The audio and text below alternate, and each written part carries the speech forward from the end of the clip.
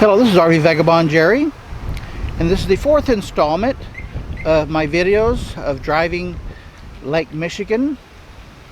And I'm starting this one out a little ways south of where I parked last night at Empire, the town of Empire, Michigan, here at Point Betsy Lighthouse, which is just a short drive off of the main highway going south. So let me show you a little bit of what's here, and then I'm going to continue driving on south. And right next to the lighthouse is a beach with some nice sand there. But like other places, it gets really rocky right at the shoreline. So that makes it not so nice. There's something unusual here, at least something I haven't seen before. This is pieces of steel. 1, 2, 3, 4, 5, 6 sections of steel going out into the water like that. And there's more over here. Now maybe it's just me, but I don't know what the purpose of those things are and why they need to be steel. Maybe I can find out, ask the lighthouse guy. It is super windy here. It's early morning, so there's only a few people around.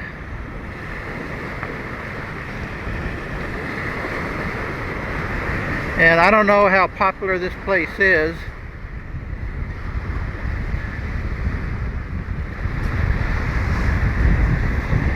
But it's kind of interesting, especially with the lighthouse here. Well, I bought a $5 ticket for a tour of the lighthouse.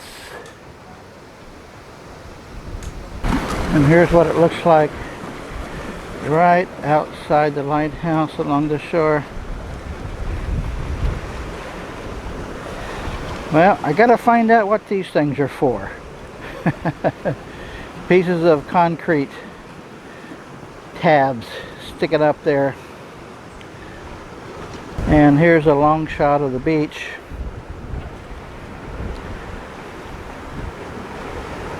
There's some people over there.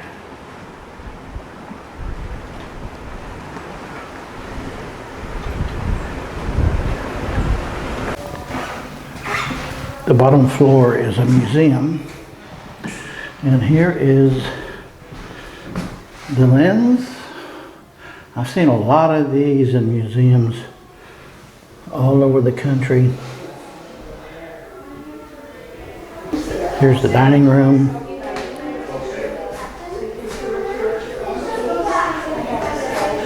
And here's the guy. So now I'm going to get to go up into the tower. Feel like it, doesn't it? That this light is from the 90s. It's fully automatic, and so the Coast Guard still operates it though, and they come out about once a year to change the light bulbs. It has an automatic light bulb changer in there, so it has extra bulbs. One burns out, it puts in a new one.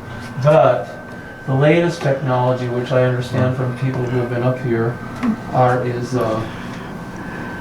fixed LED lights. So strobe light, so they probably someday will come in here and there'll be a new light.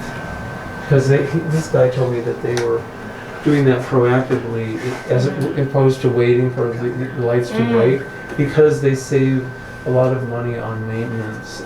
So there's 120 lighthouses that still are shining their lights? At least. On Lake Michigan.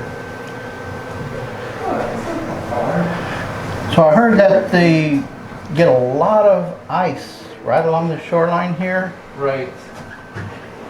Correct. And these concrete blocks break up the ice. Right. Well, that's the theory anyways. How well does that work? I can't tell you, but you can look at I looked at pictures, and the idea is to keep it off of the lighthouse tower, actually. So. Oh, so the ice doesn't hit the tower? Right. I see. Well, this is a real small hole to climb down here. It's really basically a half. Boy, this is hard to climb down.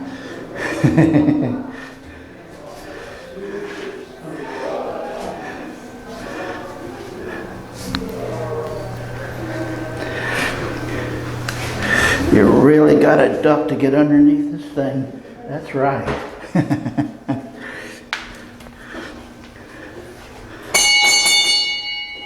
Jane, got anybody up here? Okay. Just me.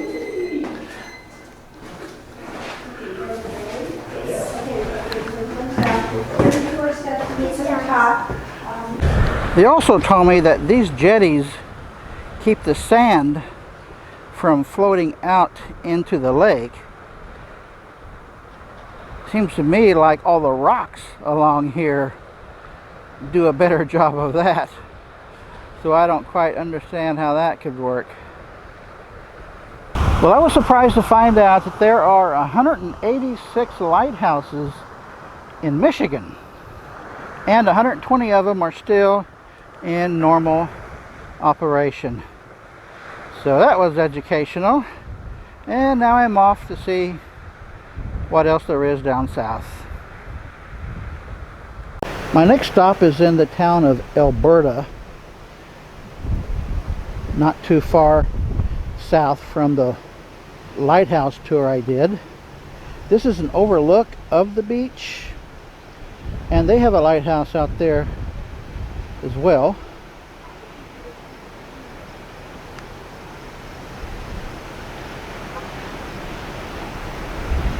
I don't think I can really see the beach from here.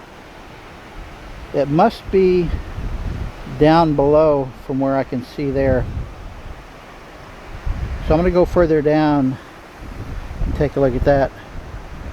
Well, at least they have this board walkway going out to the beach. Well, it's a long, narrow beach, and a lot of the sand is covered up by brush.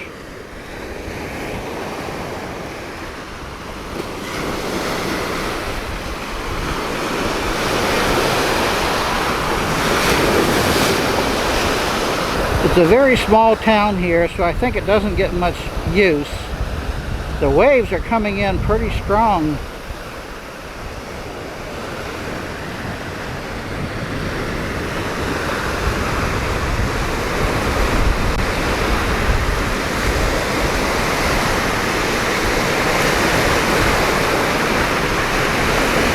But it does look like a fun place to play in the water.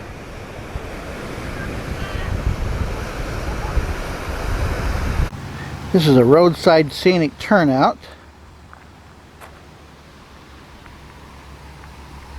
And they have an observation platform here. Maybe you could like backflip into the water.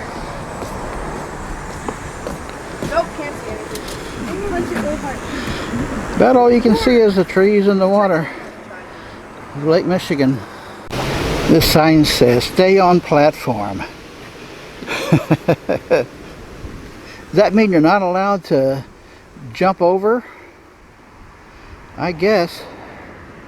And it goes up even higher here. Boy, they're really making me work to get a better view. Better be worth it up there. Oh, really? This is a construction area? Well, save me some steps, I guess. Really not a better view up here, though. This whole area, you cannot see the other side of the lake. It's just like an ocean here. This is just a few miles south of that roadside scenic overlook, and this is in the town of Arcadia, where they have this little beach park. And this is interesting. Sorry for no stairs. Lake at historic highs and projected higher. Signed by yours truly, Mother Nature. I guess that explains why the beach is so thin here. Very narrow beach, with the lake being at historic highs. Wow, that is kind of stunning. It's wider here at this break wall, but there's a nice looking sand, but then you got this black stuff there, so being wider doesn't help too much. And like I mentioned in my last video, this part of Michigan is all very small towns.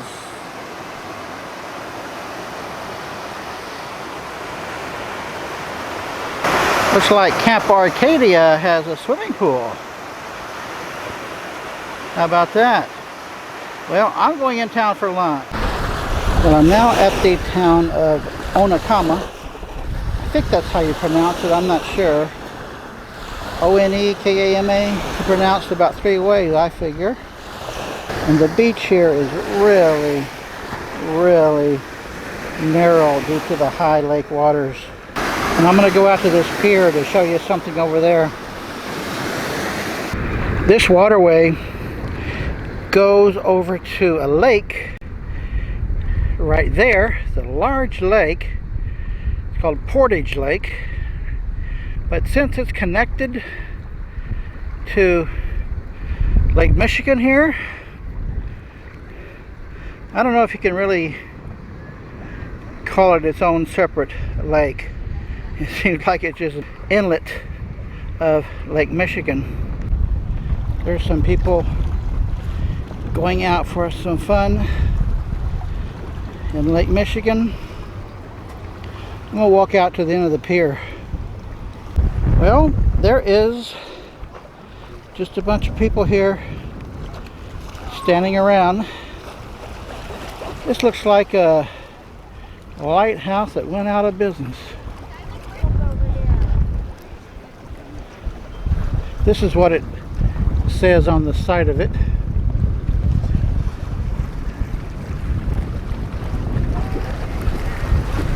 I think all it's doing now is providing a little bit of shade here. That's about it.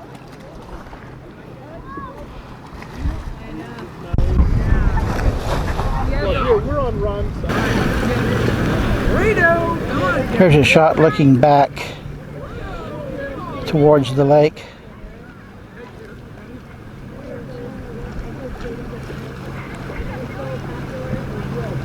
I think these people are preparing for a group jump.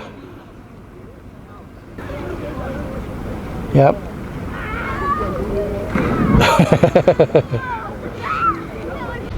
Look how shallow this water is. Those people are just walking around in it, and it's pretty far offshore. I think from the land there to past where that boat is used to be all beach, and now look at it. It's barely wide enough for you to walk down it. Well, I did go out into the water here, up to where it got up to my neck, which is a long way out. And the bottom of the lake is not rocky at all. It's fairly soft, very ripply sand. So you'd be okay going out barefooted. And the water is cold, but it's not terribly cold.